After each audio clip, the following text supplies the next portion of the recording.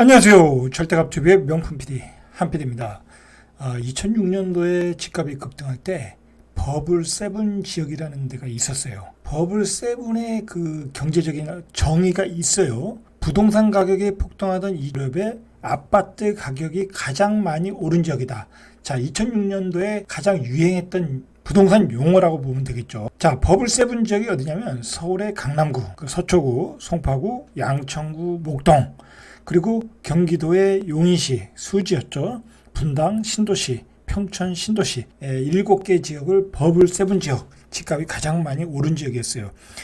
가장 인상적이었던 게 뭐냐면 용인시에 그 대형 평수들이 많았거든요. 60평형. 뭐 그게 한 8억에서 한 10억 갔었나요? 뭐 그 당시에는 엄청나게 급등한 거예요. 이거 시중이 오래 갔었어요. 자, 물론 이 가격들이 다 지금은 그 가격을 오버를 했죠. 그러나 그 당시에는 버블 세븐이라고 불렀다는 거예요. 너무 많이 올라서 그 가격의 조정폭이 컸다라는 게 중요해요. 버블이 꼈으니까 조정폭이 컸다라는 게 중요한 거예요. 자, 그러면 왜 그 당시에 이 버블 세븐 이런 용어가 나왔을까요? 자, 그건 간단해요. 바로 집단 광기가 이루어졌다는 거예요. 한마디로 오버슈팅, 많은 사람들이 한꺼번에 시장에 많이 들어가서 오버슈팅이 일어났다. 집단 광기가 일어났다. 그 당시에 유행했던 것을 맹목적으로 따르는 거야. 중대형 평수가 앞으로는 대세야 하고 중대형 평수에 몰빵하다 보니까 경기도 용인시 수지까지 가서 60평형, 80평형을 10억 뭐 그렇게 주고 샀다라는 거죠. 자, 어쨌든 중요한 거는 버블 세븐이 일어났고 조정폭이 깊었다라는 거예요. 우리가 그걸 꼭 기억을 해야 돼요. 자, 이번 그 문재인 정부에서 집값이 폭등을 하는데 당시에 버블 세븐을 만들었던 참여정부와 지금의 정부는 바로 판박이었다라는 거야. 정부가 부동산 대책에서 쓴 그 규제를 볼 때는 당시 참여정부는 버블 세븐 지역을 규제하기 위해 종합부동산 도입, 재건축 초과 이익 환수제 도입, 이거로 집값을 못 먹으니까 판교 위례 등 그 강남을 대체할 도시를 만들어야 된다. 버블 세븐 지역을 대체할 지역을 만들어야 된다. 자, 그래서 나온 게 판교 위례 제2기 신도시예요. 자, 수요 분산을 시도한 거죠. 그리고 또 나온 게 민간 택지 분양가 상한제예요. 분양가 상한제는 조금 틀려요. 이번 정부와는 약간은 틀린데 하여튼 분양가 상한제도 도입했다. 자, 이 정책이 고스란히 문재인 정부에서 시도를 했고 집값은 급등을 했던 거죠. 문재인 정부에서는 이 버블 세븐이 약간 다른 형태로 나타났다는 거야. 자, 뭐로 나타났냐? 바로 영끌로 나타났다는 거야. 영끌. 2006년도와 이번에 2016년도 10년 후에 그 상승 사이클이 다른 것은 16년 사이클에서는 30대가 주도했다고 봐야 돼요. 30대, 40대.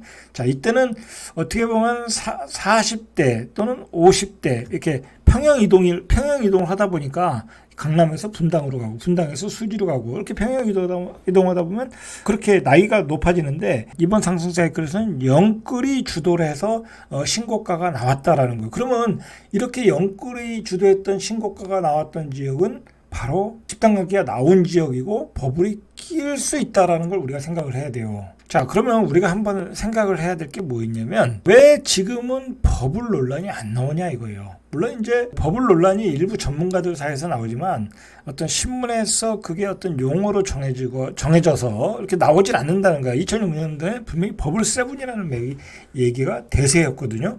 자, 지금 대세는 뭐예요? 똘똘한 한 채잖아요. 이 버블이 나오지 않는다는 거야. 버블이 꼈다라는 전문가도 별로 없고 그것을 신문에서 또 기사화시키지도 않아요. 자, 그러면 왜 그런가 우리가 한번 생각을 해야 돼요. 이거 질문을 해야 되는 거예요. 그래서 버블이 지금 시장에 버블이 꼈나 안 꼈나를 우리가 체크를 하고 의심을 해야 된다라는 거죠. 지금 시장에서 버블이 논란이 조용했던 이유는 바로 유사일의 초저금리다 라고 보셔야 돼요. 2006년도에 집값이 오를 때는 금리가 싸진 않았어요. 제가 기억하고는 6.5에서 한 7% 정도. 2008년도 돼서 금리가 조금 떨어져서 뭐 6%대로 떨어졌지 거의 7%대 8%, 7%, 8% 아니면 7.5% 그 사이였단 말이에요. 지금은 그렇지 않다는 있다라는 거예요. 지금은 초저금리 유동성으로 돈의 화폐의 가치가 폭락한 시기라는 거야. 그러니까 버블 얘기가 안 나오는 거예요. 그리고 차이가 또 뭐냐면 예전에는 지방광역시, 지방도시가 그때는 오르지 않았어요. 나중에 이제 서울이 다 뜨고 나서 다른 대구 그다음에 부산 순차적으로 올랐지만은 그 뒤로 급등을 했지만은 그 당시에는 오르지 않았다라는 거예요. 근데 이번에는 전국의 집값이 다 급등했어요. 강릉 교동에 있는 아파트도 이제 7억대이고 어디 시골에 가서 경기도 이천에 가도 이제 5억 6억을 줘야 되고 어디 군산, 익산 그런 데 가도 목포 그런 데 가도 5억 6억을 줘야 돼요. 전국의 집값이 다 급등했다. 그래서 버블 논란이 나오질 않는 거예요, 지금 사실. 자, 그 이유는 바로 유사일의 초저금리 유동성. 자, 그리고 저는 항상 그 집값의 급등의 배경에는 대한민국의 경제 성장이 있다고 봐요. 그렇지 않겠습니까? 우리가 수출을 많이 해서 일자리가 많이 늘어나고 우리 급여가 올라가면 당연히 그 집값에 대한 지불할 능력이 높아지겠죠. 그리고 좋은 집을 선호를 하겠죠. 그러다 보면 좋은 집을 사다 보면 프리미엄 높게 주고 그러다 보면 집값이 올라가는 거거든요. 자, 대한민국이 2006년도의 경제력과 GDP와 지금 2016년, 2022년도의 GDP 차이는 엄청나다. 그렇기 때문에 크게 성장한 이유도 분명히 거기에 있다라는 거예요. 이 두 가지 이유가 집값을 많이 올렸고 그리고 지금 버블 논란이 그나마 안 나오는 이유다. 자, 그러나 우리가 그러면 이 두 가지 이유 중에 두 가지 이유가 두 가지 이유에 문제가 있다고 하면 집값은 버블 논란이 나올 수 있거든요. 자, 그런데 초저금리 유동성은 지금 기조가 바뀌었다.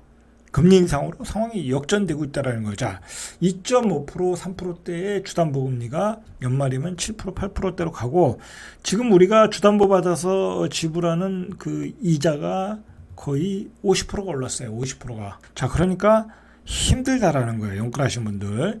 자, 그리고 우리 경제 성장을 이제 예전과 같이 2006년도에서 2016년도 같은 고도 성장은 아니더라도 어떤 안정적인 성장을 앞으로도 할 수 있느냐라고 생각할 때는 지금은 그게 녹록지 않다.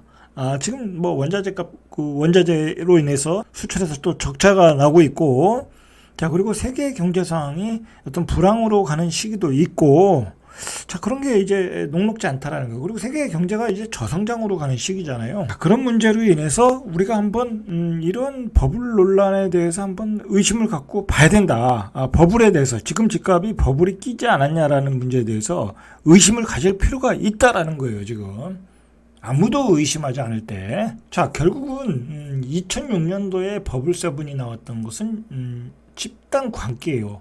중대형으로 갈아타자. 그리고 좋은 지역, 새로운 신도시로 가자. 높게 뜨는 신도시로 가자. 그리고 고급지로 가자. 자, 그런 집단 관계가 이루어진 거예요. 자, 이번 상승에서의 집단 관계는 영끌이에요. 영끌 세대가 영끌이라는 게 이게 무서운 게 뭐냐면 이 영끌은 뭐가 영끌이냐면 일단 주담보 대출을 받아요. 이제 조정지구에서는 한 40% 정도 받을 수 있겠죠. 처음에 집을 사는 사람은 60%까지 받을 수도 있어요. 무주택자인 경우에. 자, 무주택자가 60% 받고 신용대출 10% 받고 또 직장에서 대출이 가능하잖아요. 대기업 다니시는 분들은 또 10% 받고.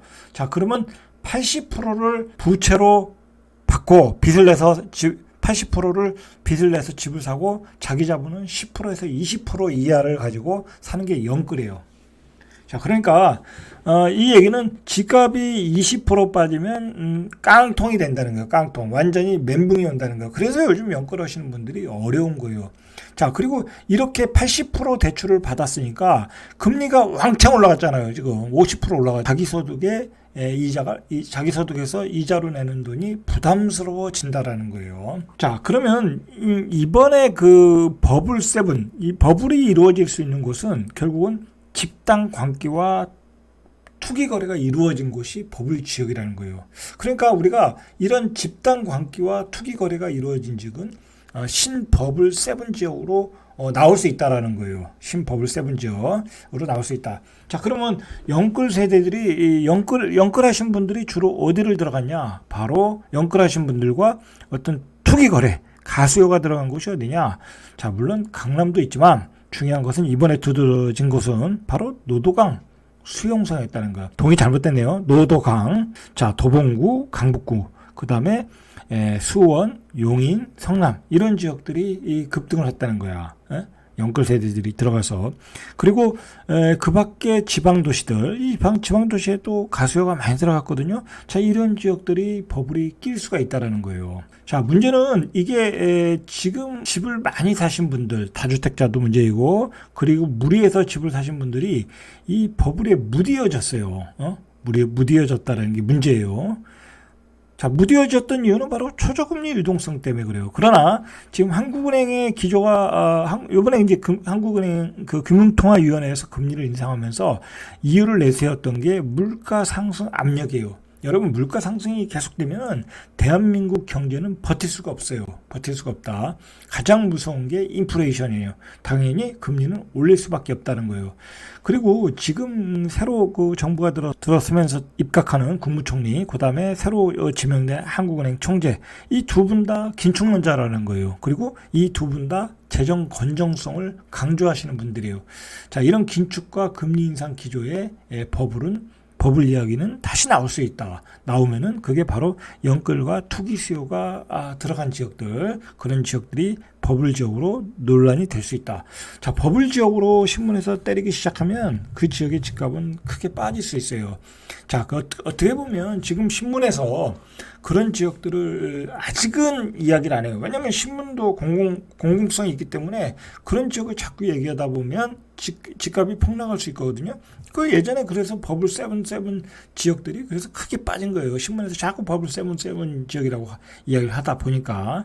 자, 그런 게 신문에서 기사화되고 언급이 될 때가 바로 본격적으로 버블 7 지역으로 나타나는 시기다라고 보시면 될 것 같아요. 자, 이번에는 오히려 더 두드러진 게 뭐냐면 버블 7이라는 단어보다는 똘똘한 한 채예요.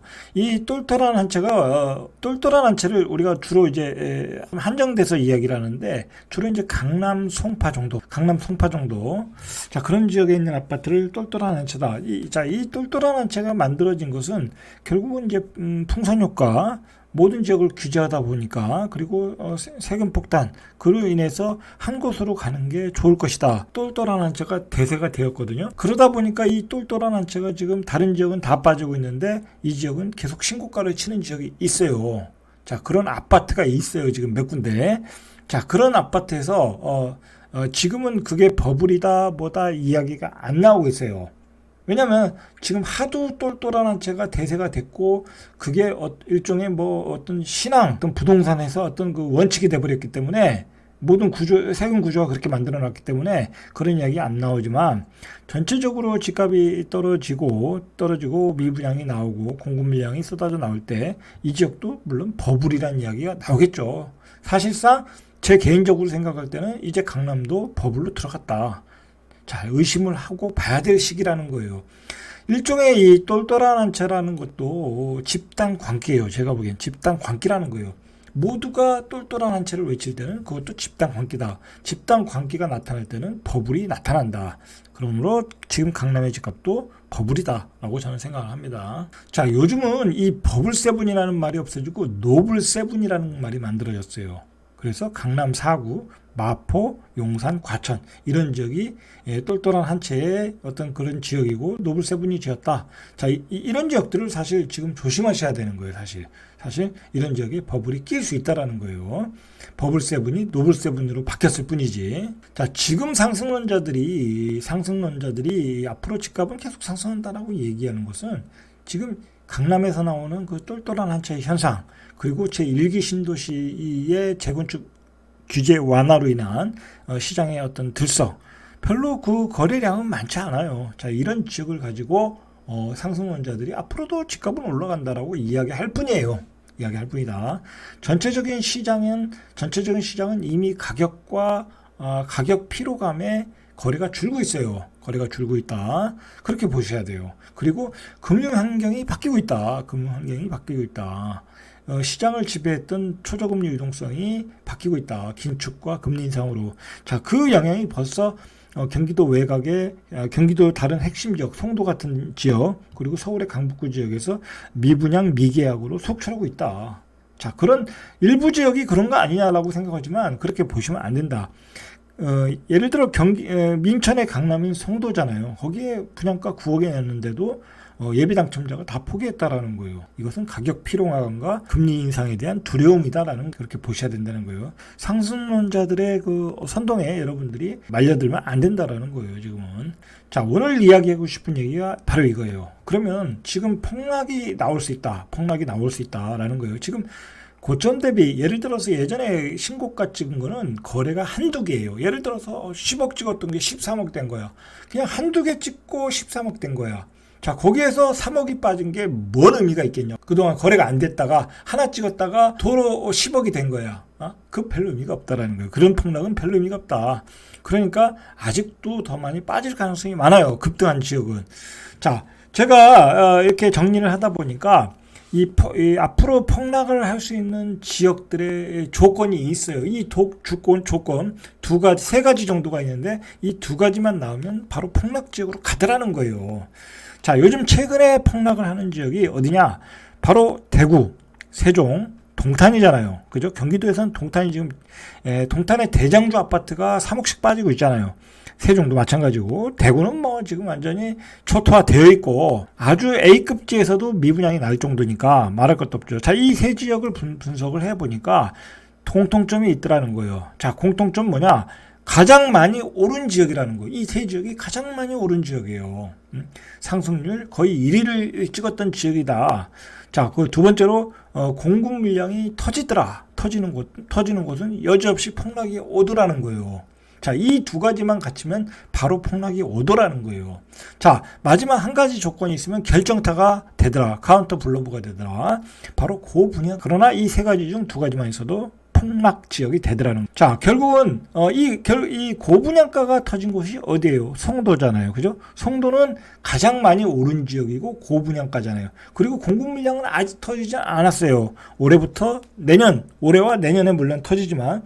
자, 그래서 제가 이 대구, 세종, 동탄 다음에 위험한 게 송도라고 이야기하는 거예요. 이 송도는 이 세 가지 조건을 다 갖췄어. 가장 많이 오르고, 앞으로 공급 물량 터지고, 그리고 고분양가가 나오고. 자, 그래서 송도를 조심하라는 거예요. 자, 결국은 이 세 가지 조건이 완성되는 것은 시간의 문제라는 거예요. 지역마다 가장 많이 가격은 다 올라 있고, 공급 물량은 어느 순간에 터질 거고, 그리고 고분양가는 계속 지속되고, 결국은 순서만 기다리고 있지, 지역의 순서만 기다리고 있지, 가격은 다 떨어지게 돼 있더라는 거야. 자, 이 조건을 보면. 자, 그런데도 지금 그 부동산 강사들은 지방에 가서 또 지방이 서울이 도니까, 뭐 서울의 강남이 도니까 또 지방도 도는 거 아니냐라고 또 이렇게 선동을 하는데, 그렇지 않다. 여러분, 지금 집 사면 당장 단타 치시는 거 아니잖아요. 단타 칠 수도 없는 상황이잖아요. 그 2년, 3년, 5년을 기다려야 되는데 결국 이 조건이 만나면 집값은 폭락하더라는 거야. 자, 그렇게 보셔야 돼요. 자, 그렇게 해서 위험한 지역을 보니까 인천, 성도, 강북, 경기도 외곽. 자, 시간이 되면 금융환경, 경기 상황도 바뀌고 있다. 우리가 지금 노블7이라는 지역도 결국 버블7으로 바뀔 수 있다는 거예요. 자, 그러면 이렇게 역으로 가격 방어가 되려면 어떻게 되겠어요? 저금리 유지가 돼야 된다. 저금리 유지가. 그리고 우리나라 수출 증가와 GDP 증가가 돼야 된다. 자, 그래서 월소득이 증가해서 그거로 계속 자금이 유입이 돼야 된다는 거예요. 금리가 올라가도 버틸 수 힘이 있는 힘이 돼야 된다는 거예요. 자, 단기간에 지금 이게 될 수가 없잖아요. 그죠? 단기간에 될 수가 없어요. 지금 앞으로 2, 3년은 공급 물량 증가, 그다음에 고금리, 그리고 수출의 정체, 그리고 하이 인플레이션 시대예요. 가격 조정과 기간 조정으로 당분간은 길게 갈 수밖에 없는 거예요. 여러 가지 조건들을 대입을 해보면. 자, 이런 상황에서 앞으로 집값이 계속 오른다. 자, 그렇게 또 이야기하는 사람들은 이해할 수가 없어요. 자, 여러분, 이런 전략을 가지시고 대체를 하시면 될 것 같아요. 자, 이상 절대값 TV의 명품 PD 한PD였습니다.